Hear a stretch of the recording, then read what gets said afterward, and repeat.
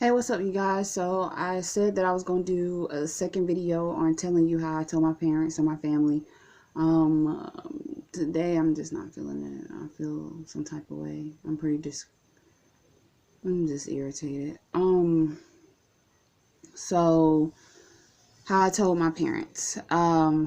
So first, like I said, I told them the day that I found out that I have a Hodgkin's lymphoma, and pretty much what it is a tissue that's infected. Non-Hodgkin's lymphoma is the blood cells mutating. So I have Hodgkin's lymphoma. Pretty much my tissue's infected. The lymph nodes that's supposed to get rid of the sickness that's in my body, it didn't get rid of it. It pretty much held on to it and became swollen, irritated, and infected. So I found out, what's today? Friday. I found out Wednesday. Afternoon, around 3ish. So it took me probably about an hour to get there and probably about 2-3 hours to get back because it was traffic. So on the way back, I was just in my head over and over again thinking about how I was going to tell them. And I got here around about like 5, 6 something. So I went to go tell my mama first. Now, mind you, that they didn't know that I was even pregnant because of the fact that I wanted to wait, and also because, certain relationships with people you don't want to tell. Right now, I am in their house, and I didn't want to tell them that I was pregnant because we were planning on moving. And when we moved, we was going to tell them and stuff like that. We're still going to move, but it might be a little bit delayed, a little bit further delayed than I thought. I was going to tell them that I was pregnant probably around, the gender around 18 weeks. I'm probably going to tell them around 14 weeks. So pretty much in 2 more weeks, I was going to tell them that I was pregnant, waiting to see how the baby developed and stuff like that.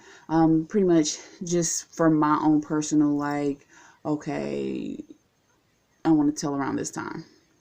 So I was going to tell them then, but come to find out with my diagnosis that I was pretty much going to have to tell them sooner.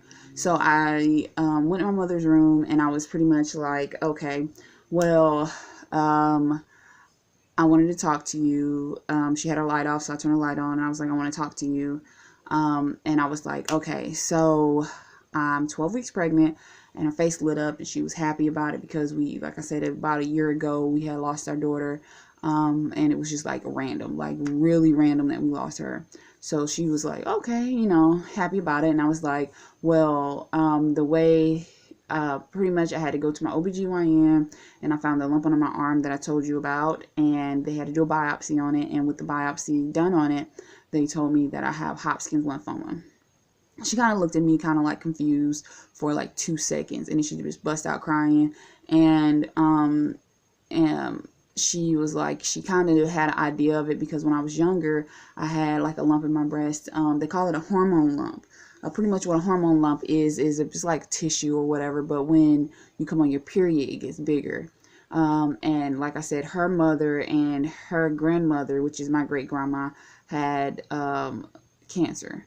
So she was pretty, like, she kind of was like, yeah, I don't have it, so one of my kids are going to have it, and most likely me because it was a female carrying it in our family. So that's how I told her, and that was her reaction. She said, we're going to get through this and things like that, and I pretty much told her, I don't want nobody calling me with sympathy. I don't really want none of that because when you're dealing with a certain type of family, you know that the sympathy isn't really sympathy. It's like, hey, let me get your business and then throw it over here too and throw it over there. And I was just like, you can tell whoever you want to, I don't care. I just don't feel like dealing with people with their fake prayers and stuff like that. So leading up to telling my daddy, so he knew that I was gonna go to it because I ended up having to randomly ask him for some money for gas because it was so far away, and I was literally gonna get paid like the next few days. That's the reason why I asked the woman, like, yo, can I come Friday? And she was just like, nah, you should probably come as soon as you can. So he already kind of knew, and he already knew about the biopsy. The same thing with my mom. She knew about the biopsy, but it wasn't any follow-up information on it because I didn't have any follow-up information on it. So he pretty much was getting off. He called me and he was like, okay, what were they saying about your biopsy? After he got done talking to my husband, he was like, okay, what did they say about your biopsy? And I was like, oh, I'll tell you when you get here. And he was like, oh, it's nothing bad, is it? And I was like, I'll tell you when I get here. Because the thing with Hodgkin's lymphoma, I'm going to go off track real quick. What I've researched, the thing with Hodgkin's lymphoma is it has a very high cure rate because pretty much it's infected tissue. It's infected tissue that became cancerous. And it's pretty much a mutation. It's not a mutation of the cells. It's pretty much your tissue that needs to be cleaned out. If you say it like that, people live with it. People get cured from it, go in clinical remission and stuff like that. So it's not like I was like, yeah, like I said, I have to take the good with the bad. And it's not like I was like, okay, I got breast cancer, I got leukemia, something that is just like, this is scary, but you know, I feel for the people out there that's going through worse, you know what I'm saying? And so, because to be honest, that's how I had to handle it with our daughter. You know, it's scary going through that, but I feel for the people that's out there that's going through worse. And so, he pulls up and I was like, I'm going to go ahead and tell him. I was like, do you want me to tell you outside or you want to wait till you get in the house for me to tell you? So, I walk up to him. So I tell him, I'm like, okay, so I just want to let you know that I'm 12 weeks pregnant. His face lit up like, okay, you know, like, oh, okay. So I'm 12 weeks pregnant. And you remember I went to the thing. I ended up going to my OB-GYN and she tells me that I have Hodgkin's lymphoma, which is cancer. And his eyebrows just go down like this. And it was just like, kind of like my mama handled it like with tears. My dad handled it more with anger and stuff like that. And he was like, I don't believe it. I don't believe it. I'm going to do research on it, stuff like that, which is, you know, cool. However people handle it is how they handle it. However I handle it is how I handle it. Sometimes I'm mad. Sometimes I'm like, I got this. Sometimes I'm like, all right, well, I'm going to do whatever I can. Sometimes I'm like, F everybody around me. And that's, like I said, that's how it was with us losing our daughter. It was however I felt at the moment. That's kind of how I was going to feel at that moment. I can't, like, literally found out a few days ago, haven't even been in the process of haven't even been in the process of changing anything. I'm pretty much in the process of figuring out what I want to do. And so,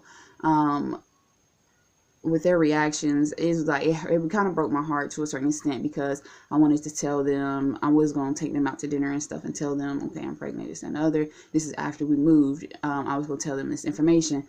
But then you hear that after losing your grandchild a year ago that I'm pregnant again and I got cancer. It's just like, whoa, like that's a hard thing to hear. You know what I'm saying? But I just wanted to let y'all know, like, the reactions that I got because of the fact that you're gonna probably later on in the journey, you're probably gonna wonder why I'm like withdrawn from my family or why I'm withdrawn from the people, I would say, quote unquote, distant family, which is aunts, uncles, and stuff like that. And it's more of where if you have a family like mine, you don't want to deal with their BS. And that's just what it is. You do not want to deal with it. You can go to my mama or my daddy with it, whichever side you're on. You can talk to them about it. Don't come to me with it because you don't come to me when I'm hurting. You know what I'm saying? And so it's going to be pretty much me and my husband handling it. We've been doing our research. Like I said, it has a very high cure rate, and we're working on it. We're already working on it, already doing research. Been praying, asking my ancestors for answers, been getting answers. So it's pretty much where I'm not necessarily in the complete dark about what I want to do, but I have to come with more of a solid plan so that I can let my husband know as well as my parents know about where I want to go and what I want to do. Right now I'm in the process of getting second opinions, and it's pretty much me calling people and getting in contact with people and then them telling me that they need my physician to refer me.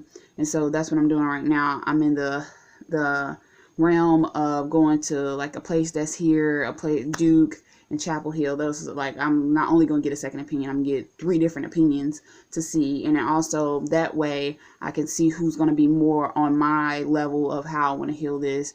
You're not going to tell me how I'm going to heal my body. So how I want to heal my body. And so I want somebody that's more like lenient as far as, okay, we can figure this out naturally and we can work through this naturally. And then if naturally doesn't work, then we have to do this. And I, you know what I'm saying, I just need somebody that just like, okay, if it doesn't work, then we have to do this. But I do appreciate y'all watching. Thank y'all for tuning into my last video. And I'm just gonna go ahead and end it here. Cancer, get your ish, get out. We got this. Peace and baby dust.